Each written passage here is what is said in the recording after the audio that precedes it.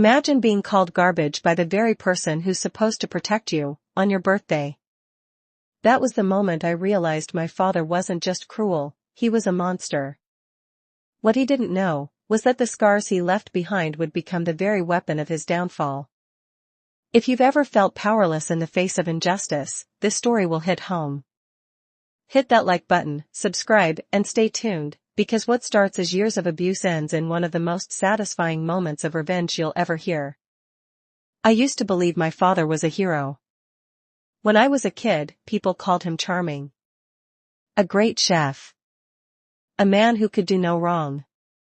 But behind closed doors, he was something else entirely. I was just 3 or 4 when I saw the first cracks. The yelling. The accusations. The way he'd corner my mother and accuse her of affairs that never existed. And then, the sound of his hand meeting her face. I remember hiding in the corner, my small body shaking, my hands over my ears. But no matter how tightly I pressed, I couldn't block out the sound of her cries. My mother was strong.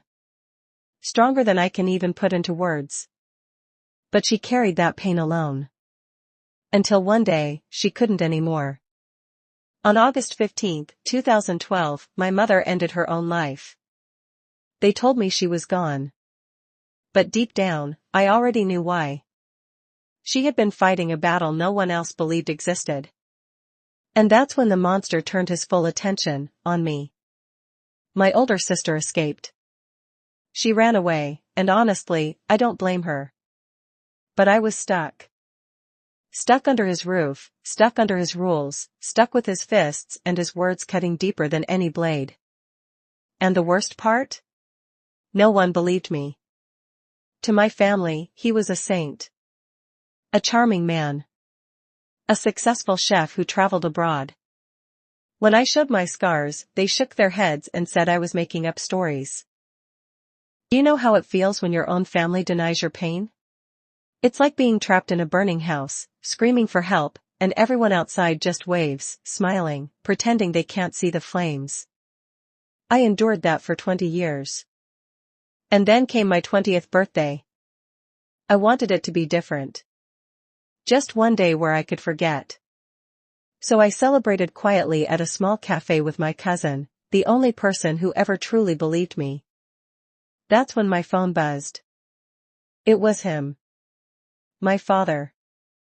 For a brief second, I thought maybe, just maybe, he was calling to wish me a happy birthday.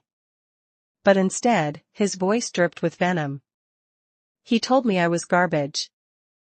That I was worthless. That I should have died with my mother 13 years ago. Then he hung up. No happy birthday. No love. Just pure poison. I sat there in that cafe, my cousin's hand on mine, and cried for 2 hours straight. And in those 2 hours, something shifted inside me. All the years of pain. All the nights of fear. All the times I begged for someone to believe me. It all condensed into a single thought: why am I still letting this monster control my life? That was the day I stopped being his victim, and started being his reckoning. I didn't have fists big enough to fight him. But I had something better, the truth. The world saw him as perfect. A hero. So I started documenting everything. The old hospital visits. The photos of scars. The journals I had kept since I was 13, filled with dates, details, and every cruel word he'd ever spat at me. Piece by piece, I built a case. Not in court, because the system had already failed my mother, but in the court of public opinion. With my cousin's help, I reached out to people. Journalists. Online forums. Survivor groups.